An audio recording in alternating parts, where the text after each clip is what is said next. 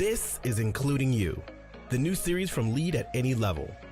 Including You features stories from chief diversity officers and other executives who are creating inclusive cultures in their organizations. Our goal is to show what's working in companies just like yours, to give you the tools you need to keep pushing for progress in your own workplace. We want to create belonging and opportunity for everyone, including you. And now here's your host, Amy C. Waninger.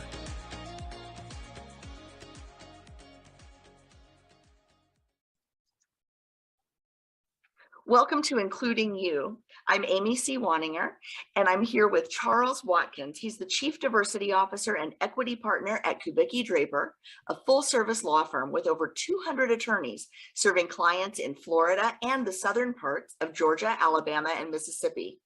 In addition to his work with Kubicki, Mr. Watkins serves as the treasurer of the National African American Insurance Association, or NAAIA.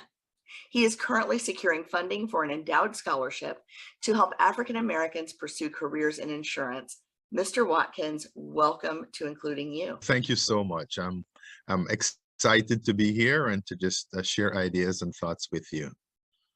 So I am thrilled to know that there is a law firm in Florida with 200 attorneys that has a chief diversity officer. And I'm curious. I think by now there are more, but. Oh, I hope. A lot of times companies say, we're not really big enough to have a chief diversity officer. That's for companies with thousands of employees.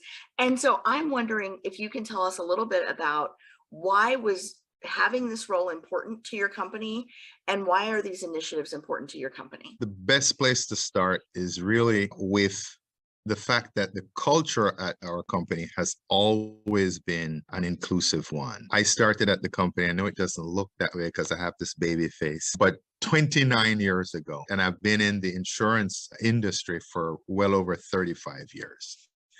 And I was fortunate in that coming from the insurance industry, going into law, it came down to two firms. And one firm was offering a significantly more money than the firm that I'm at right now at that stage. But you know what? I just didn't feel comfortable with that culture. And that was 29 years ago. And I felt there was a certain warmth, there was a certain inclusiveness. Even before I started working there, I could tell that they had plans for me and what I should do and a pathway. So I chose this firm, even though I was getting significantly less money. Good for me, lucky for me. I performed well, met their expectations. And by the end of that first year, I was able to make up the money that I lost. I've never really looked back at that, but I say that as a start because the firm has always been about what do you offer? How can you make yourself better and the firm better? And they never cared about your race, your ethnicity, whether you're male or female. And I can tell you, 29 years ago, there were a lot less female attorneys in the insurance defense space than there are now. I think back then the firm probably had maybe 35 or 38 lawyers. Maybe, and I think we were unique in this, maybe we had 6 female attorneys, 6, one that was a partner. Now I can tell you that the firm has, last time I checked, something like 52% of the firm are women, of the attorneys in the firm are women, 52%. And a number of them are equity partners like myself. So it's always been that culture. And a number of years ago, as the firm started to grow and get bigger and we had more people coming to the firm, we recognized in order to keep our culture, in order to keep what we like about this firm, we needed to establish a diversity committee and we needed to have somebody lead that. And that person was me. So I became the chief diversity officer, and we've put in place several programs and several things to solidify what has always been, our ongoing culture. I love what you said about taking an offer that was less money because you thought the culture was going to be better and you saw yourself you saw that they had a plan for you long term. You saw yourself working there long term. I think especially right now when companies are really strapped for talent and they're competing with employers that they've maybe not Yep. competed with in the past, and they may think in their minds, oh my gosh, talent's getting so expensive. But if you have the right culture in place, talent doesn't have to be that expensive. Yeah, that's true. Obviously, money always plays a role in it, and that's still very important. But people want more things than just money. I had an individual who left our company, our firm, for a tremendous amount of money more. I'm part of the story here with diversity and inclusion with diverse individuals. And I use that term loosely because the way I look at it is that everybody is diverse. Diversity and inclusion is about hearing and respecting all the voices. It's not about excluding anybody. Well, they're the majority, so they're not diverse. It's not about that. It's about everybody being at the table. But anyway, this individual left the firm, a big national firm, scooped him up, offered him a ton more money. And a year later, the guy's on the phone calling me and saying, hey, Charles, if I wanted to come back, would you guys be interested? And I said, of course, but we're not going to be able to match that salary. He says, don't worry about that. I put certain things in place. And then we negotiated something that was good for him and good for us. But it's a lot of times, it's not just about how much money you can make. It's about how you feel in your job. It's about getting all the opportunities that everybody else will be allowed, so you can plan your future. There's one word that really ties up the whole diversity and inclusion and equity piece for me. And it's the famous song that Aretha Franklin sang years ago, RESPECT. It's about respect. And if you think about just respecting every individual for what they can offer and what they bring to the organization, rather than looking at what the differences are and all that nonsense, just what does, John Brown offer? What does Mary Jane offer to the firm? And what can we do for her or him to enhance their careers? That's all it really is. Everything else is just garbage in my mind. Now that you're in this role, what are some of the things that you're doing to make sure that these values are internalized and operationalized throughout the company? Sure, we can talk about that. We've done things like training programs on unconscious bias. We're working on a new one that deals with microaggressions. We've done, because in the diversity piece, you have to acquire people. So therefore, sometimes you have to look at non-traditional hiring sources, right? Not just go to the usual sources, because there's talent everywhere. That's one thing that I think people are learning now, that talent is not just in the Ivy League schools. Or talent is everywhere. It's just a matter of finding it, unearthing it, choosing the right people for your organization, because not everybody is the right choice. But you want to have a diverse organization because, and this needs to be said more and more, I know it's old, the statistics are old, organizations that have more diversity and certainly have diversity at the decision-making table do better financially. And the numbers are astounding. It's like something like 35% better. If you're in business, I would imagine you're in business to make a profit. So there is no reason to not seek out talent that will help you grow your business and make more profit, especially as you're looking forward in the 21st century. And the world is changing and our country is changing in terms of who the markets are and how you have to reach people. And again, I want to emphasize, because I think a lot of people hear the word diversity and they just, oh, that's for people of a certain race race or Black and brown people, or it's for women, or it's for LGBTQ and those types of things. It's for everybody. It's about bringing everybody's voices to the table so that when decisions are made, it's a decision that brings more information, not less. There's so much more I could talk about, but I know that your time is short. No, I appreciate that. And I think that I always say to my audiences when I speak, nobody ever made a worse decision with more information. Exactly. Right. So the more information you have, the better decisions you're able to make. And if you expand where you get your information, you will get more information instead of more of the same information, which is how too many people make their decisions. They look for consensus, they look for confirmation, they don't look for dissent, they don't look for different perspectives and stop and say, what am I missing? Yeah. I learned a lot from my dad, but one of the things that he said to me that I always remember is he said, son, everybody knows something that you don't know. Even the guy in the gutter knows something that you don't know. So that means, if you think about it, that means that points to more inclusiveness, right? That points to listening. Now, doesn't mean you're going to accept everything you hear, but you should at least have the information so you can make a determination.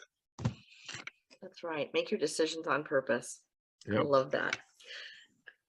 Anything else you want to share with our listeners and viewers? Not at this time. There's, like I said, there's just a ton of things, and with the firm and, you know, how we're getting along and how we're trying to include people and plans that we have for the future.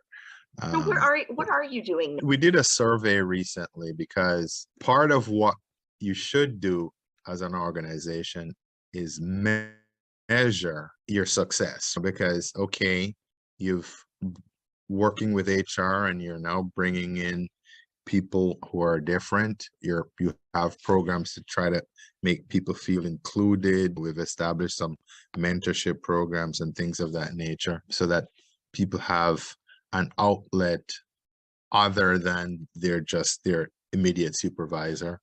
They can learn things and all those other things. You have to have some understanding of, is this really working, right? You may think it's working. So you do a blind survey, and we had a significant number of people respond to the survey. Not everybody, because I'm sure there are some people who figured, how blind is this survey? But we learned some things. Most of it was very positive. It was a confirmation that we were definitely going in the right direction. But we also learned some things that were surprising to us and gave us pause to figure, okay, maybe we need some training in this area or training in that area as we go forward. But you always have to have a way of measuring your success. And blind survey, good old suggestion box. That works, because sometimes you get great ideas, sometimes you go, oh, okay, trash. But you know, you get that. If you don't have it, you don't get that. Those perceptions are realities to the person that submits them. Yeah, and so you have to understand where that's coming from. And then, of course, there's also some team building things that we do. We created like a Spotify account where people can upload, you know, their music, and it's shared amongst the firm. And what that does is because we're trying to have folks see that we're all much more alike than we're different. Okay. And we try to have things like music.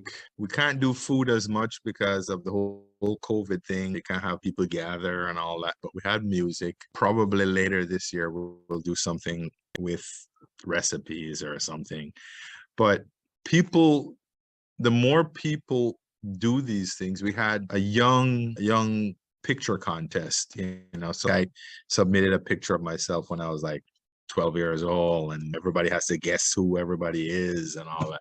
These things just build team, and people begin to realize that we're not really that much different. There's so much in life that we all share, experiences that we share, and experiences that make us more alike than different. Obviously, there are differences because of culture and upbringing and finances and all those things, but those things are external to who people are on the inside. Okay, so yeah, those are some of the things that we do to try to build team and so on. Thank you so much for sharing that with us. And I hope that the folks listening can take something away from this in terms of things that they can do in their own organizations to help, push for progress and push for more inclusion and help get those diverse viewpoints in the room when decisions are being made, because it is so important. Yes. And that's great. And as we're talking about this, and I'm thinking about, there's an equity component to this too, right? Because we don't want people's demographics to determine their outcomes. And I think that's probably what's behind the scholarship work that you're doing, if I may be so bold as to guess at motivations there. But also, this is such a passion of mine, because my belief is, as long as Black and brown people are underrepresented in the insurance industry, Black and brown communities will be underinsured. And closing that gap is critical to building wealth and intergenerational wealth in those communities. So this is a particular soapbox for me, so I'm gonna get down off of it and let you talk. But why the scholarship, and why is your firm so strongly behind what you're doing with NAAIA and with these? Okay, I think you've hit on some of the issues already. I think generally, not even just amongst Black and brown communities, but certainly exacerbated in Black and brown communities, most people have no real idea about insurance. When they hear insurance, they think automobile insurance, they think life insurance. I think some guy knocking on your door trying to sell you something, or going to the corner store and getting some homeowners insurance or something like that. Insurance, as Amy, is so broad. It touches on absolutely every aspect of life, and certainly every aspect of business. Okay. And in a state like Florida, where I'm from, insurance is really king down here and so critically important. And you can see the underrepresentation of Black and brown people. And moreover, what's happening with two factors, the Great Resignation, and even before the Great Resignation, there were just a ton of positions going unfilled and needed within industry.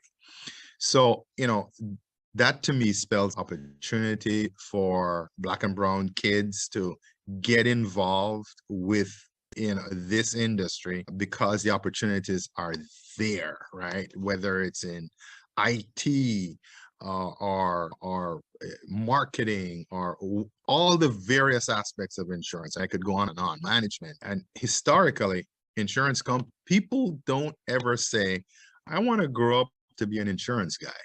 Or an insurance girl. That doesn't happen. They go out and they get a fine arts degree, and then they realize that's gonna give me a good living, and then they interview for an insurance job, and then they end up there. What we looked at was the RMI program at Florida State, and Florida State has a co-op program with Florida FAMU, right? Which is probably the top historically Black college and university in the state of Florida. So what we thought was, because the RMI program is #1 in the country, if we were able to link with them, with the organization that I'm a part of, National African American Insurance Association, the Florida chapter, we could have a triumvirate of the school, the association, and industry. So that would create a pipeline of great talent into industry through the scholarship. And the scholarship would involve, of course, mentoring from Florida State, which they already have a great program, as well as from NAAIA, and internships with industry. So that way, industry could see from an early stage, the lights went off in here. If you give me a second, I could turn it back on. With the internships, then they get a chance to really evaluate the kids at an early stage to make decisions who they want. And because these kids are coming from a top program, they really have an opportunity to possibly reach C-suites, right? We're trying to get $1 million so we can have a fully endowed program. And with co-ops, with what's called the CARE program, we can get as much as 6 to 8 scholarships a year in perpetuity. As you can tell, that would create a real pipeline and answer some of the questions that industry needs. And all they would need, all an insurance company would need to do is put a 4-year commitment, $10,000 a year. So it's a total of $40,000. Of course, if they want to give more, I would accept that. But 25 companies, $40,000, $1 million, and we're off and running. And that's a scholarship program. That's incredible. And so for people who are listening to this or who are watching this who are outside of the insurance industry, there are a couple things I want to explain. First of all, RMI is risk management and insurance. That's Right. a major or a school within the school. There are fewer programs, fewer RMI programs now, I believe, nationwide than there used to be in colleges and universities. Is that correct? I think so. And it's never really been very popular. I know St. John's in the New York area has a pretty famous one, and clearly Florida State does too. I'm sure there's some in California, probably one in Texas. It's not an MBA where you can just go to almost any university and sign up for that. Yeah. And here in Indianapolis, where I live, Butler University has an RMI program. They're one of the few here in Indiana that do. But I also want to get back to this concept or this idea that you had where like insurance is in everything. And if you've not worked in the industry, you've led me to another soapbox, Mr. Watkins. So if you've never worked in the insurance industry, I want you to imagine for a moment that there's this invisible web that ties everything together, that makes all economic investment possible, that every dollar you spend has been touched by insurance 1,000 times before you even spend it. And that's what we're talking about here when we talk about this notion that there are just not enough people coming into the industry. If we don't maintain, so I get so passionate about this, but if we don't maintain insurance as an industry, if we don't have people doing this important work, then commerce can't happen. People Yes. can't start businesses. People can't build homes. People can't buy cars. There are so many things that will be, it's one of those things that as long as it's working, you don't notice it. But if it stops working, our entire economy gets very risky very quickly. If you think of 2008, when we came close to a financial collapse, it was what's the beginning of what saved our industry was propping up AIG, right? Which is with $80 billion, which, you know, because they were involved in insuring all those mortgage, I forget what they call them now, but the bad mortgages basically. And if AIG had gone down, then that was going to start the domino effect of essentially shutting down our entire economy. So yes, you're absolutely correct, Amy. And you can call me Charles, by the way. Thank you. And the other thing about this that's so critical right now is that the baby boomers are starting to retire. The industry is very baby boomer heavy in terms of the people in the industry today. Yes. And something like 30 to 40% of the industry is retirement eligible. So we just don't have enough people to be underwriters and to be actuaries and to be producers and to work in the industry. And you talked about marketing and IT and HR, anything you want to do as a career, you can do in the insurance industry. And people don't think of it because it's not sexy. Working in Hollywood is sexy, or working in tech is sexy. And oh gosh, we could talk about this part all day, but I love what you're doing because it solves a couple of problems. One, it helps employers see talent that they might otherwise overlook, because these young kids coming out of college don't look like the people that they expect to see coming into their insurance companies, first of all. The second thing is it actually helps young people see all of the opportunities that are available in the industry. And then you're really building that bridge of helping, not only helping them see the bridge, but helping them get across it and have people waiting for them on the other side to guide them. And it's a win-win because you're bringing in people into the organization that know about insurance. You're not bringing in, and I'm not disparaging fine arts in any way or shape or form, but I'm just using it as an example. You're not bringing in a fine arts person who has no concept of what insurance is, and you're going to essentially use the next 2 years to teach them all about industry so that they can be beneficial to your corporation. You have an intern, they're already studying risk management. They come in and they're good to, they know what it's about and they know what they want. And you in industry has had an opportunity to evaluate them because they were your intern. So I think it's a real win-win. It answers that question about getting talent when there's a talent shortage. And it also brings in people who are diverse, which there definitely is a shortage of that in the insurance industry as well. So yes, that's why I'm gung-ho and all in about this, because I see this as a real win-win situation. And so does my firm, because obviously my firm, we're an insurance defense firm. And most of our clients are big insurance companies. So it certainly behooves us as a law firm to be in support of things that support industry. And look, this idea came to me and other colleagues who are in NAAIA as a result of seeing all the craziness that took place in 2020. And we wanted to do something that was positive, something that moved the needle and created real opportunities in the African American community.